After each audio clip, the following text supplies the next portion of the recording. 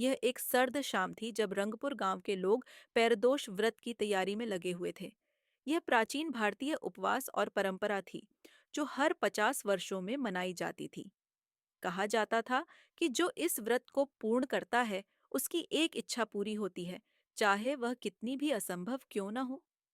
मीरा, एक युवा शिक्षिका, अपने बीमार पिता की देखभाल के लिए रंगपुर लौटी थी। पैरदोष व्रत की कहानियां उसे बचपन से ही आकर्षित करती थीं, खासकर क्योंकि उसकी दिवंगत मां ने वर्षों पहले इस व्रत में भाग लिया था। व्रत के एक दिन पहले मीरा को अपनी मां के पुराने संदूक में एक डायरी मिली। उसकी पन्नियां मुरझाई हुई थीं, लेकिन उसमें व्रत से जुड़ी रहस्यमयी बातें लिखी थीं।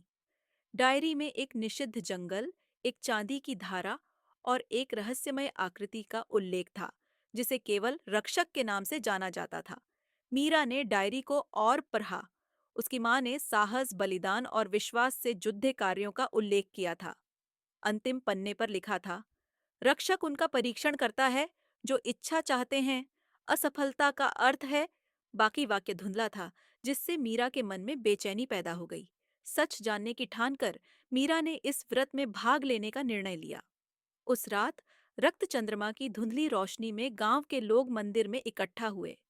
पुजारी ने मीरा को एक जलती हुई मोमबत्ती दी और फुसफुसाकर कहा, यदि तुमने शुरुआत की तो लौटने का कोई मार्ग नहीं। मीरा निषिद्ध जंगल में प्रवेश कर गई, जहां की हवा रहस्य और भय से भारी लग रही थी। उसकी मोमबत्ती की लौ कांप रही थी।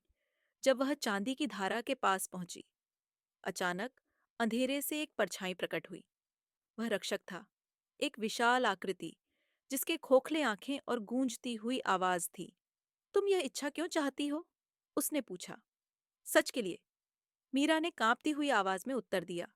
रक्षक ने सिर हिलाया और पहला कार्य बताया, धारा को बिना उसकी सतह को छेदे पार करना। मीरा को अपने बचपन की एक तकनीक याद आई, बड्ढे पत्तों का उपयोग पत्थरों की तरह करना। उसने ध्यान और संतुलन के साथ धारा पार की। दूसरा कार्य था कांटेदार पेड़ियच पर बैठे कौवे के घोंसले से एक सुनहरा पंख लाना। पेड़िच पर चढ़ते समय तेज शाखाओं ने उसकी त्वचा चीर दी, लेकिन उसने हार नहीं मानी और पंख को पकड़ दिया लिया, जबकि कौवे ने तेज आवाज में चीख मारी। अंतिम कार्य ने उसे एक प्राचीन कुएं के पास पहुंचाया। महत्वपूर्ण वस्तु की बलि दो, रक्षक ने आदेश दिया। मीरा ने थोड़ी देर सोचा और फिर अपने मां की तस्वीर वाला लॉकेट, जो उसकी सबसे प्रिय चीज थी, निकाला। उसने उसे कुएं में डाल दिया, जिसकी गूंजने वाली आवाज ने सन्नाटा भर दिया। तुम सफल हुई, रक्षक ने घोषणा की। तुम्हारी इच्छा पूरी होगी, बोलो। मीरा का दिल तेज धड़धक रहा था। वह धन, शक्ति या अमृता मांग सकती थी, लेकिन उसने कहा, मैं जानना चाहती हूँ कि मेरी माँ के साथ क्या हुआ था। जंगल शांत हो गया। रक्षक की आकृति गायब हो गई और मीरा खुद को एक धूप से भरे घास के मैदान में पाई। उसकी माँ वहां खड़ी थी, मुस्कुराती हुई लेकिन पारदर्शी, जैसे कोई आभास। तुमने सही चुना, उसकी माँ ने कहा। इच्छा सत्य को प्रकट करती है, लेकिन एक कीमत पर। मैं इस जंगल का हिस्सा बन गई थी, उन लोगों का मार्गदर्शन करने के लिए जो उत्तर चाहते हैं।